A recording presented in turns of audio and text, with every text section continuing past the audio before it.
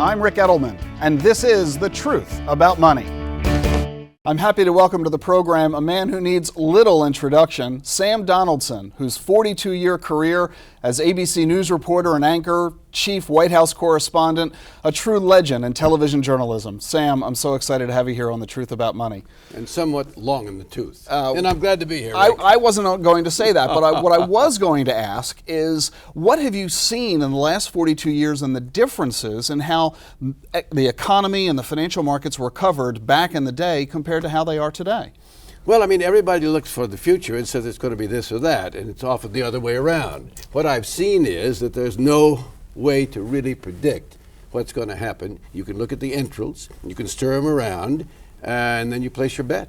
But the level of information, the amount of it has changed so dramatically. Back when you were doing a 22-minute newscast each evening, compared to today with 24/7 coverage around the clock, you had to be far more selective in what information you brought to the American public than today, no? Well, that's true. And of course, with the Cold War on, you started with the Soviet Union and the United States and whether we're going to have a nuclear conflagration in the next 24 hours.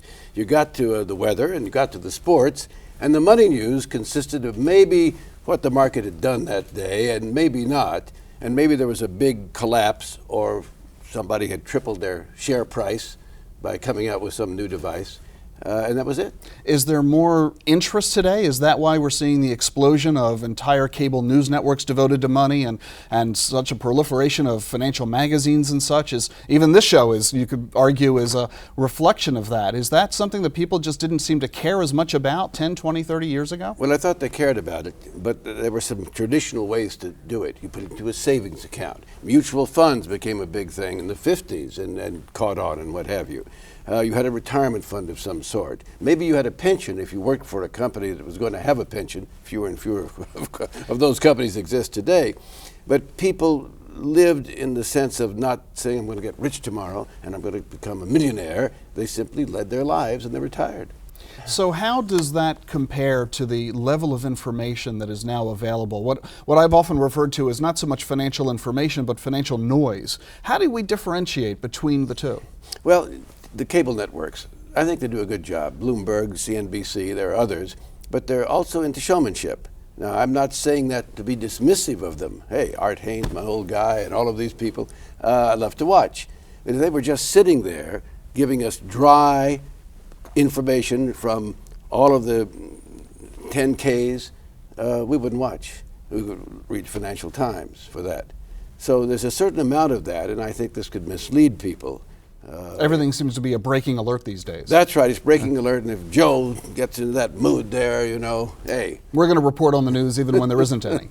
That's true. What advice do you give then to consumers? You're, in addition to being a journalist and an investor, you're also a consumer. You digest the information that you get from the media as well. So how do you respond? How does Sam Donaldson manage his money in the face of this onslaught of 24/7 information? I try to look at the fundamentals. Not Bernard Baruch. I don't look at it to that extent. One of the old great investors who made a lot of money by going out in the country at the time when all you could do was go on a railroad and look at the plant itself. And then I just put the money there and I let it stay. My advice is don't try to get rich quick. Good luck if you do. Sometimes you can hit. Wasn't that the difference? A lot of people confuse investing with speculating. Well, yes, because we all read the stories or hear the stories about someone who just, it's almost like going to Las Vegas. But all too often, those stories turn out to be either fictitious or half-truths. Everybody loves to talk about their winners. Nobody ever seems to talk about their losers. I used to talk about my losers. But they became too many and you got tired of talking about them? That's exactly right. I mean, the things that I did was wrong.